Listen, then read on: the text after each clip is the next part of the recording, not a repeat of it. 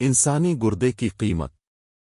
مفتی محمد تقی عثمانی صاحب فرماتے ہیں کہ کراچی میں گردے کے ایک اسپیشلسٹ ہیں۔ ان سے ایک مرتبہ میرے بھائی نے پوچھا کہ آپ ایک انسان کے جسم سے گردہ نکال کر دوسرے انسان کو لگا دیتے ہیں، لیکن اب تو سائنس نے بہت ترقی کر لی ہے، تو کوئی مصنوعی گردہ کیوں نہیں بنا لیتے تاکہ دوسرے انسان کے گردے کو استعمال کرنے کی ضرورت ہی نہ پیش آئے؟ وہ ہنس کر جواب دینے لگے کہ اول تو سائنس کی اس ترقی کے باوجود مصنوعی گردہ بنانا بڑا مشکل ہے، کیونکہ اللہ تعالیٰ نے گردے کے اندر جو ایک چھلنی لگائی ہے وہ اتنی لطیف اور باریک ہے کہ ابھی تک کوئی ایسی مشین ایجاد نہیں ہوئی جو اتنی لطیف اور باریک چھلنی بنا سکے۔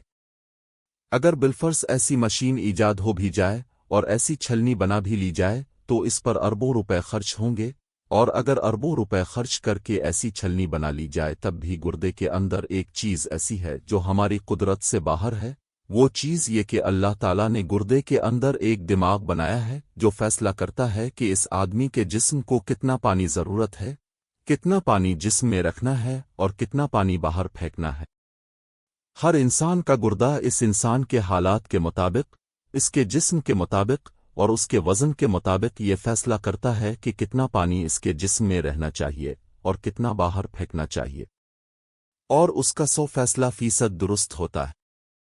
اس کے نتیجے میں وہ اتنا پانی جسم میں روکتا ہے جتنے پانی کی ضرورت ہوتی ہے، اور ضرورت سے زائد پانی پیشاب کی شکل میں جسم سے باہر پھینک دیتا ہے۔ لہذا اگر ہم اربوں روپے لگا کر مصنوعی گردہ بنا بھی لیں تب بھی ہم اس کا وہ دماغ نہیں بنا سکتے جو اللہ تعالیٰ ہر انسان کے گردے میں پیدا فرمایا ہے۔ تم اپنے رب کی کون کون سی نعمتوں کو جھٹلاؤ گے؟